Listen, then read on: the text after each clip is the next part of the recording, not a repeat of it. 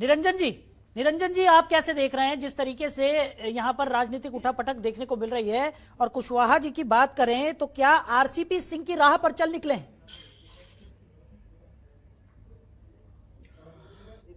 बोलने को तो समाज सेवा या राष्ट्र सेवा के लिए बात करी जाती है, बोलने को तो समाज सेवा या राष्ट्र सेवा के लिए बात करी जाती है, लेकिन वास्तव में जो राजनीति है उसका जो शाब्दिक अर्थ है, आप इसी से इसका अर्थ निकाल लीजिए कि जिस नीति से राज किया जाए, जिस नीति से राज प्राप्त हो, वो ही राजनीति होती है। और कोई भी व्यक्ति जब प्रत्यक्ष राजनीति में आता है तो वो निश्चित रूप से, अभी जैसे मेरे पूर्व वक्ता कह रहे थे, मैं उनकी बात को दोहरा करके और आपका समय व्यर्थ नहीं करूंगा, निश्चित रूप से वो अपनी महत्वाकांक्षा और अपनी जो राजनीतिक लाभ है उसके हिसाब से अपने निर्णय लेते हैं। ठीक। और इसके अंदर कोई भी अछूता नहीं है। हाँ। लेकिन इसके अंदर आपको एक चीज जरूर देखनी पड़ेगी, चाहे उपेंद्र कुशवाहा हो, चाहे आरसीपी सिंह हो, चाहे डॉक्टर अजय आलोक हो, चाहे अन्य जो और जिस तरीके से अभी जेडीयू के अंदर जो अभी दरकन है, मैं ये कह रहा हूं कि जिस तरीके से दरकना शुरू हो गई है, इसके पीछे जो मुख्य कारण है साहिल भाई, वो ये है कि जब जहाज डूबने लगता है तो सबसे पहले उसके अंदर से जो लोग कूद कूद करके भगते हैं वो आपको भी पता होगा। इसके अंदर समस्या कहां है? देखिए, ऐसा है कि सभी को इस बात का पता है कि बिहार की जो राजनीति थी वो किसके इर्द गिर्द घूमती थी, वो लालू प्रसाद यादव और नीतीश कुमार के इर्द गिर्द राजनीति घूमती थी। और 2004-5 से नीतीश कुमार जी और लालू यादव, आप ये मान के चलिए, बिहार के अंदर मुख्य प्रतिद्वंदी हुआ करते थे।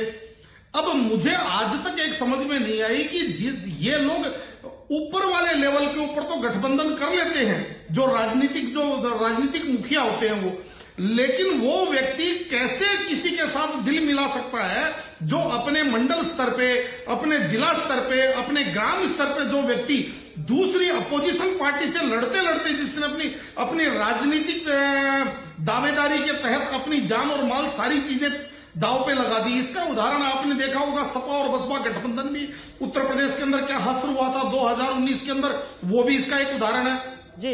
नीतीश कुमार जी ने ये निर्णय तो ले लिया, लेकिन अब उनको समझ में आ रहा है कि निर्णय कितना ये उनके लिए मुसीबत भरा है। और देखिए, ये चीज भी साहिल भाई, मैं आपको एक चीज और बताना चाहता हूं कि जिस तरीके से वो कहते हैं ना, हमारे यहाँ कहावत है कि अहम और वहम, ये दोनों जो चीजें हैं ये आदमी के लिए अति घातक है। बिल्कुल। और नीतीश कुमार जी तो अहम में भी हैं और वहम में भी हैं। अभी नीतीश कुमार जी जिस तरीके से, एक तरीके का मान के चलिए, पूरे हिंदुस्तान के अंदर 2024 की तैयारी कर रहे हैं और विपक्षी दलों को भारतीय जनता पार्टी के खिलाफ लामबंद करके, कल भी आपने देखा होगा उनका स्टेटमेंट कि अगर हम लोग एक होकर लड़ते हैं तो भारतीय जनता पार्टी को 100 से नीचे रोका जा सकता है। अरे भाई, सन 1977-78 से हम गठबंधन की राजनीति देखते आए हैं।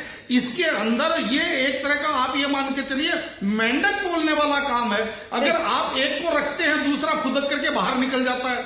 और ये आज तक ये जो तीसरा मोर्चा, चौथा मोर्चा, आज तक ये प्रयास होते आए, लेकिन ये प्रयोग सफल कितने हुए सभी जानते हैं। लेकिन मुझे ये चीज समझ में नहीं आता, मेरे जैसे एक अदने से व्यक्ति को ये बात समझ में आती है, लेकिन नीतीश जी जैसे राजनीति के पुराने चावल जो हैं, पके हुए चावल को ये बात समझ में क्यों नहीं आती? उनका थिंक टैंक कौन है? और जब लोग उनको इस बारे में बताने जाते हैं, चाहे वो उपेंद्र कुशवाहा जी की बात कर ले, तो फिर वो कहते हैं कि आप तो भारतीय जनता पार्टी के साथ या अन्य किसी विचारधारा से आप सम्मिलित हो गए।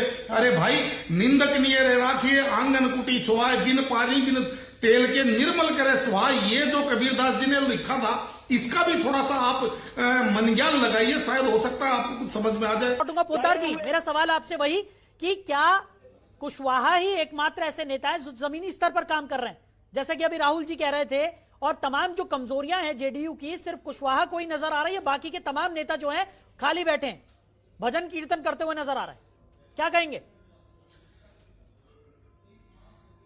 देखिए साहिल भाई, ऐसा है, ऐसा नहीं है कि कुशवाहा नेता नहीं है। अभी जो बोलने को कोई कुछ भी कहे, मनोज जी जो जेडीयू के प्रवक्ता है, बोलने को तो उन्होंने उनको नेता भी खारिज कर दिया और उन्होंने ये कहा कि नेता तो हम इनको बना रहे थे। अरे भाई, राजनीति में कोई किसी के ऊपर कुछ एहसान करता है क्या? राजनीति में सभी लोग एक दूसरे किसी ना किसी लाभ के लिए आदमी व्यक्ति को साथ में लेके चलते हैं।